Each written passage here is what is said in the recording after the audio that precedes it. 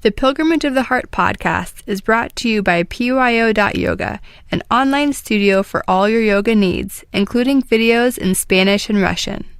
This podcast is also brought to you by Pilgrimage of the Heart Yoga, located in San Diego and serving over 1,000 yogis a week.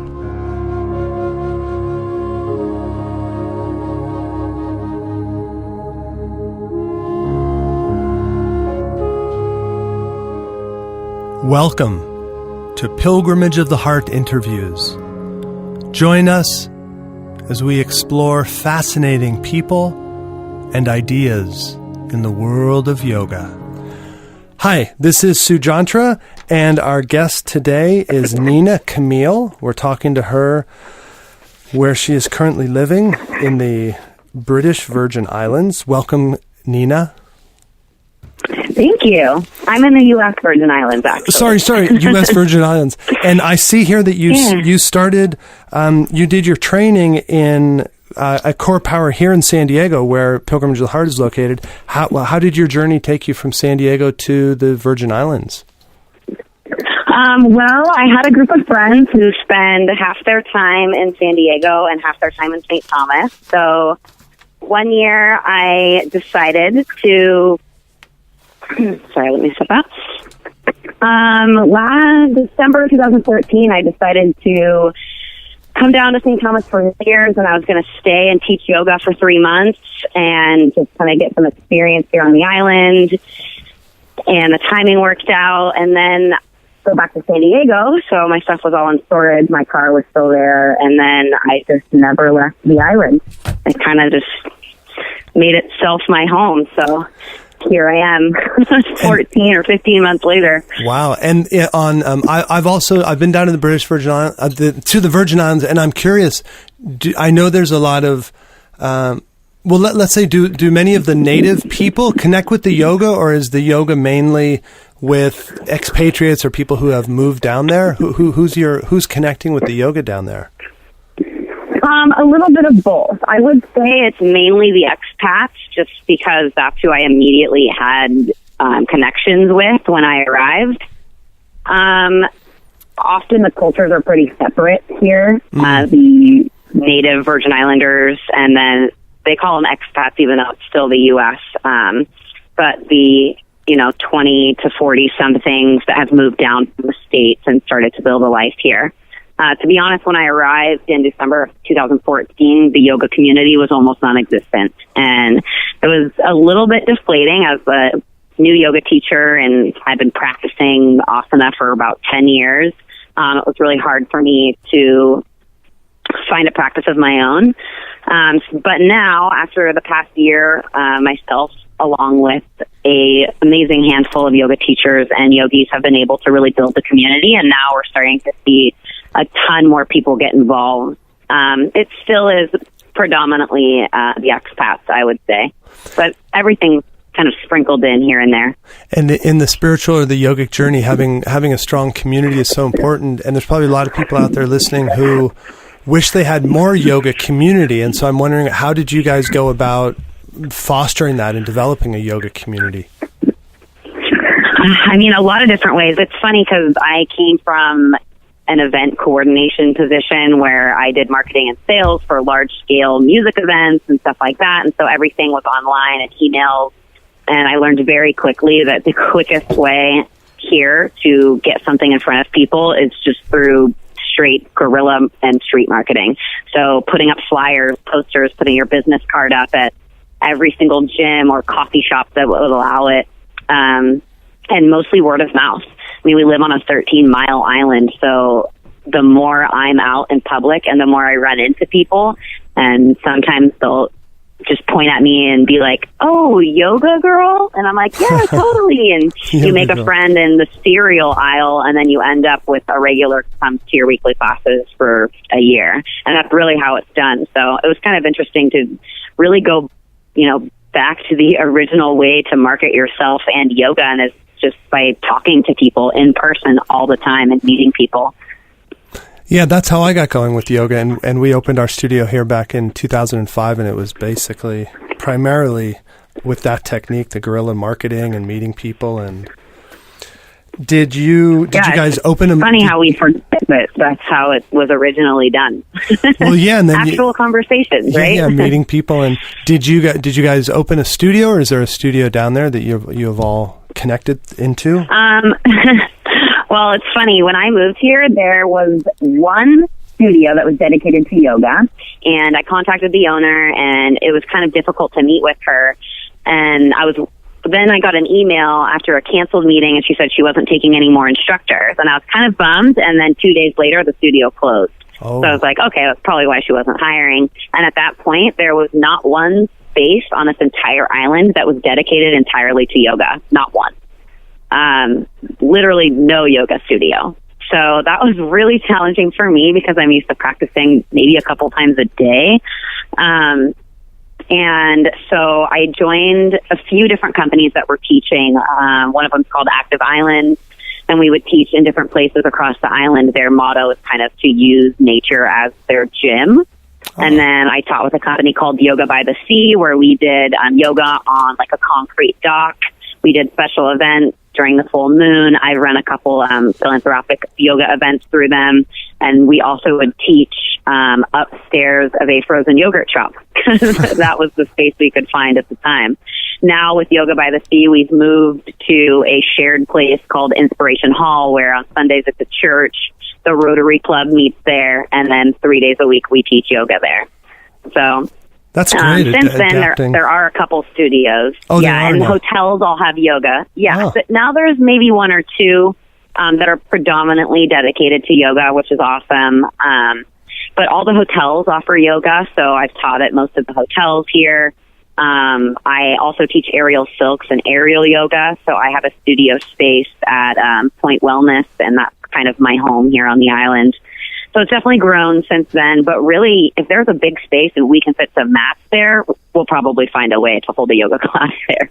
Yeah, that's the way to do it, to adapt to the situation. Yeah. And how did you first get involved in yoga? What brought you to the practice? Oh my gosh. Man, I was probably 20 years old, so about 10 years ago. I was a gymnast growing up. I've always been a very physical person, and then in my adulthood, I wasn't really playing any sports, and I wasn't doing gymnastics anymore, and I think I was looking for that outlet because I never connected with going to the gym. It wasn't fulfilling. It didn't really make me feel alive. But the physical movement of yoga is definitely what brought me in, and then I remember my first class like it was yesterday, feeling like I should already know all this stuff in a room of people who clearly already did. But the competitive nature in me just wanted to keep going and figure out what the idea really was and why so many people came to yoga.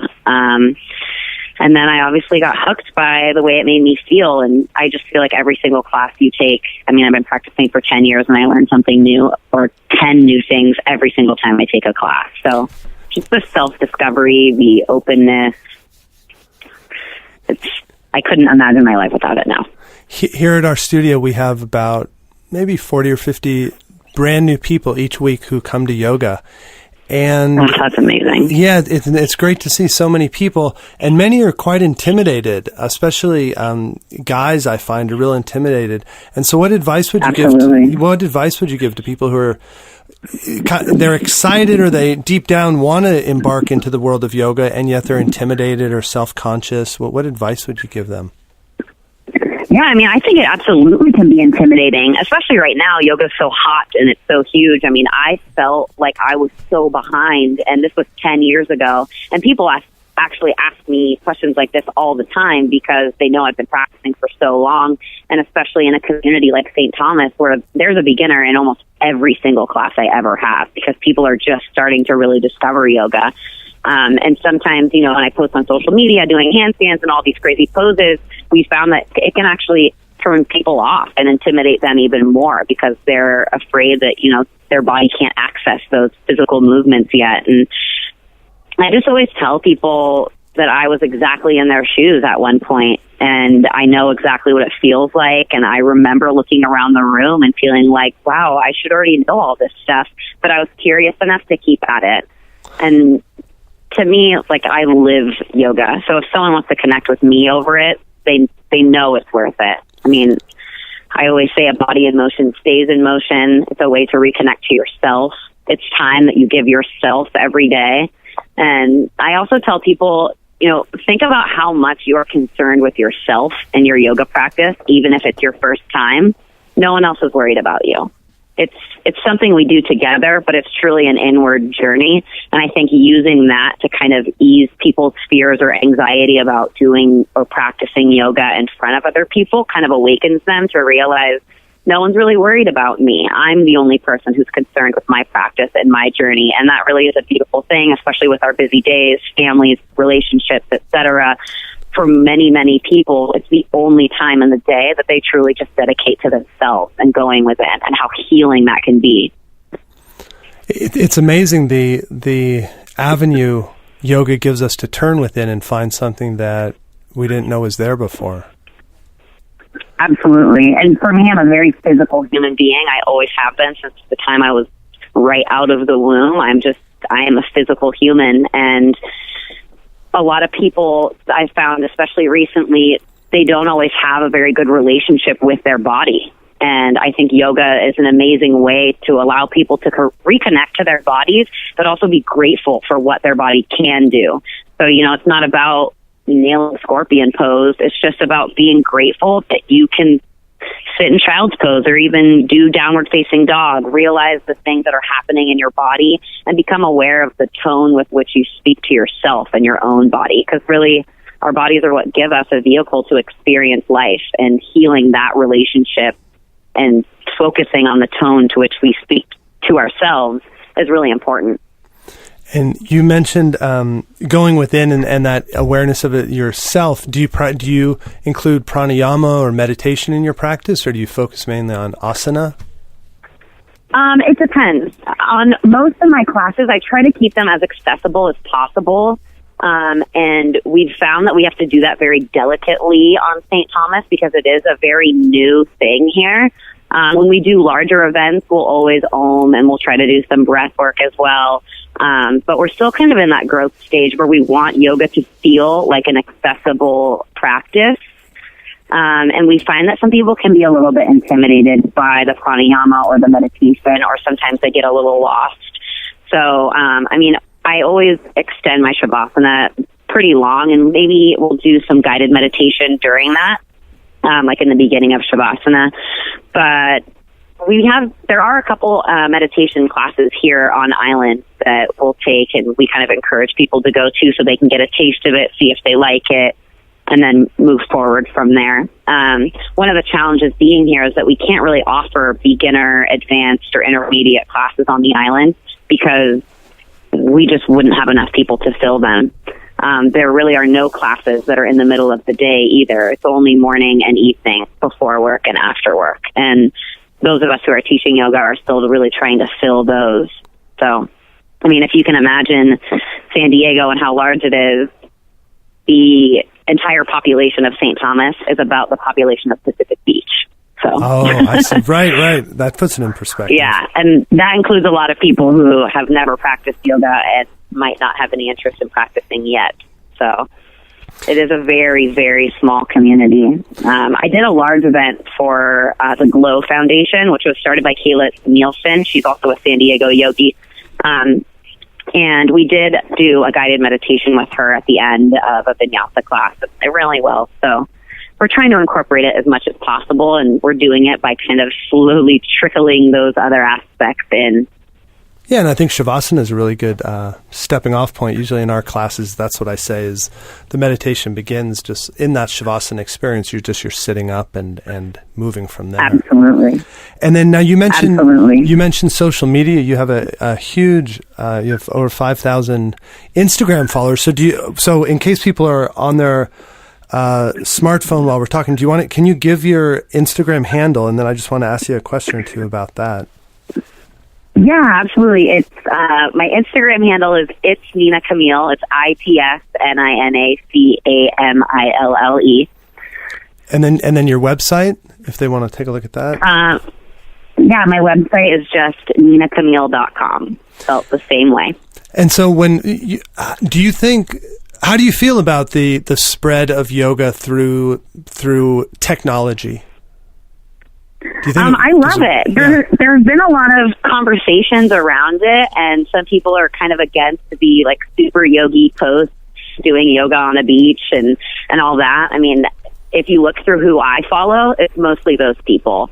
I mean, I get constant inspiration from the yogis who have millions or hundreds of thousands of followers, and I love seeing people's creativities with their bodies, and I think it's a beautiful way to spread positivity. A lot of social media it is what it is. There's a lot going on in the world, and people use it as a source of news. They use it as a source of connection. And for me, I like to use it as a source of inspiration. I mean, I use yoga as an avenue to inspire other people and to show others that living the life of your dreams is actually a very practical goal, and you can absolutely do it. And, people ask me all the time from my social media or Instagram, oh my gosh, I wish I could do what you're doing. And my answer is always, you can. You can absolutely do what I'm doing. Anyone can. And so if I can, brighten one person's day or inspire one person to follow what their calling is, then to me, it's completely worth it. And I like what you said there. To paraphrase, it was something about the life, the dream, the life of your dreams is very possible to attain.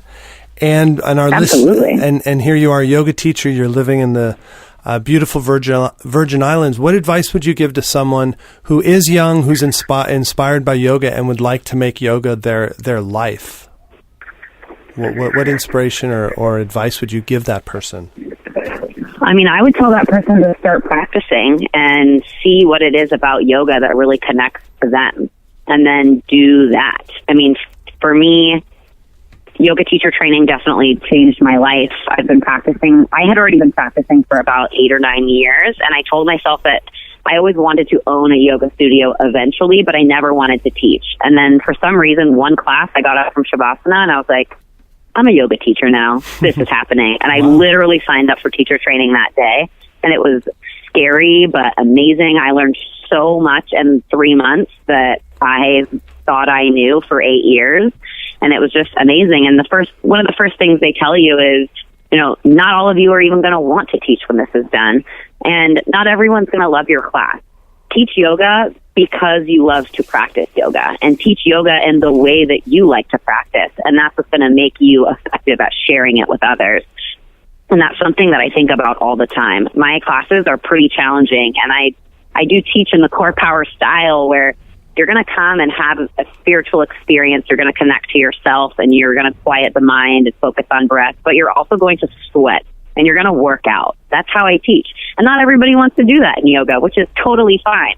So I think really realizing what makes you feel alive about yoga or just in general, and then seeking how you want to express it to the world. Is it something that you want to share, or is it something you just want to practice?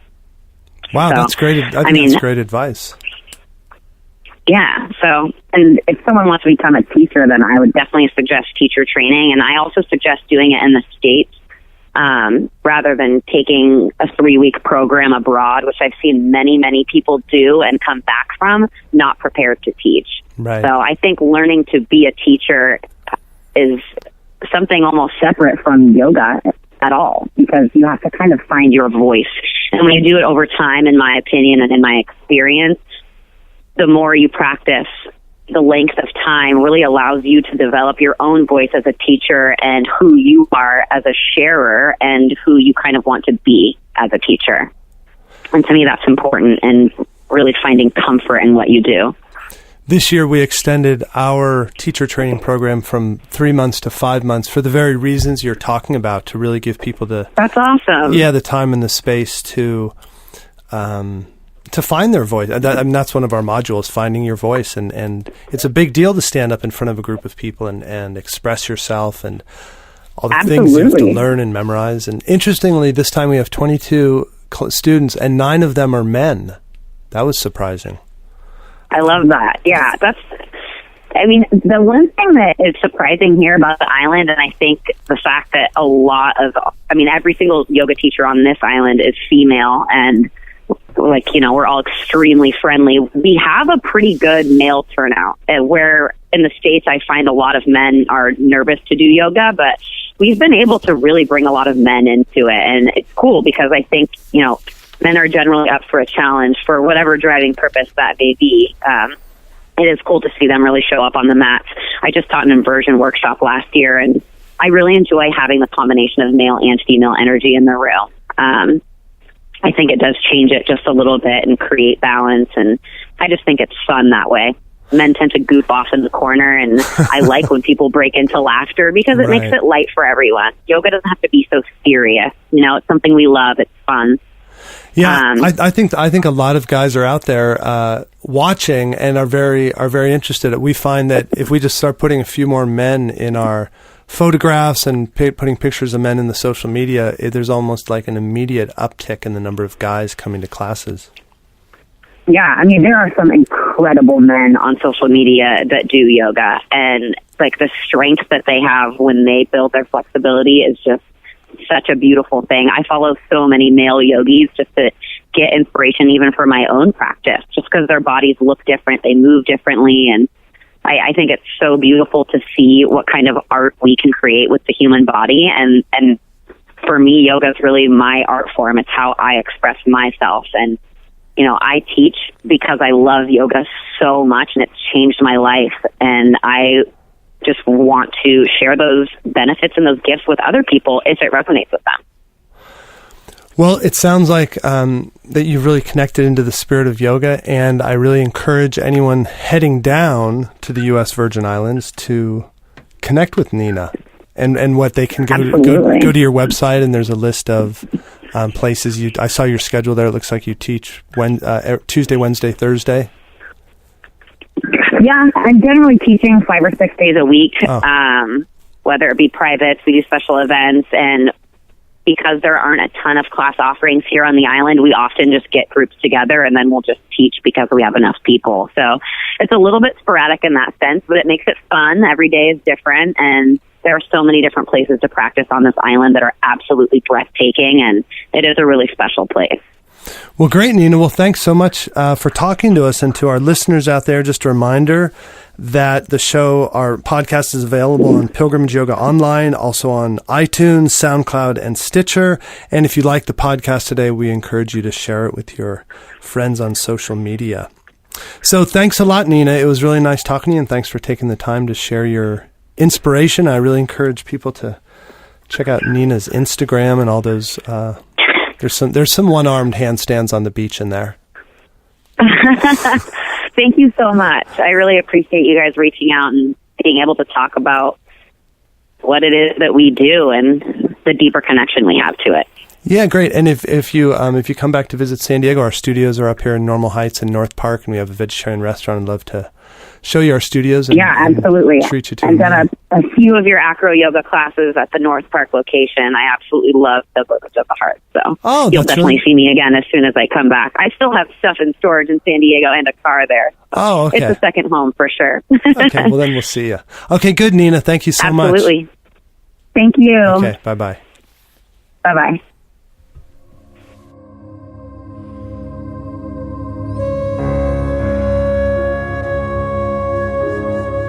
Thanks for joining us. This has been a production of Pilgrimage of the Heart Yoga. Join us at our studios here in San Diego, or visit us online at pyo.yoga. Namaste.